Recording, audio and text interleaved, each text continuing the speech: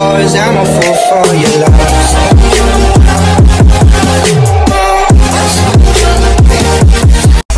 Tingin ni Kim Chiu ay nakapasok na siya sa mundo ni Paolo Avellino. Sa isang interview na ni-reveal ng actress na kinabahan siya noong first time niyang makatrabaho si Paolo sa Linlang.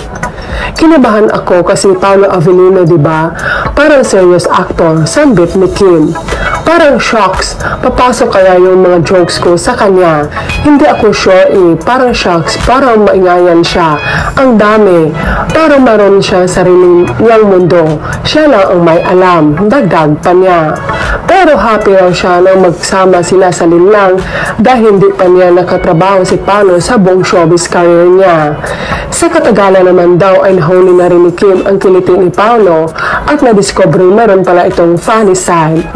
Tinanong naman si Kim kung nakapasok ka ba doon sa mundo ni Paolo. Kinikilig naman ang sagot ng TV host actress, I think so. Samantala, bubbly naman daw ang first impression ni Paolo kay Kim. Muling nagkasama ang Kim Pao sa Philippine adaptation ng hit Korean series na What's Wrong with Secretary Kim. Meron siya sarili niya mundo, siya lang may alam. Di ba may sarili siya ka mundo talaga? So parang yung Linlang pa lang, syempre hindi ako ganun ka-confident din sa role na kaya ko ba siyang gampanan. Ang dami ko pang pinagdaan ng decision making bago ko siya gawin. Pero na-miss ko talagang umarte. Yes.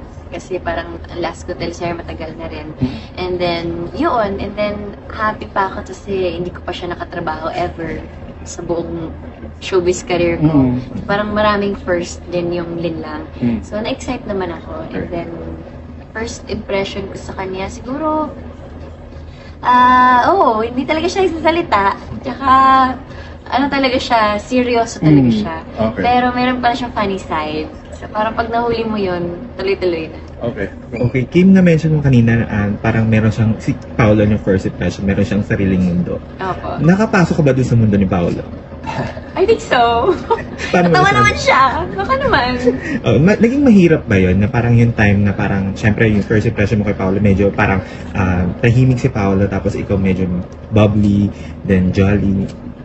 Medyo inano lang, yung bago kaming magkatrabaho, tinone down ko muna yung sarili ko. Pero dito sa secretary ko, bahala. Siya sa buhay niya, marindi ka, lumayo ka na ng konti, sobrang ingay na. Pero, ano naman, kaya namang i-adjust. Tapos, okay naman sa work.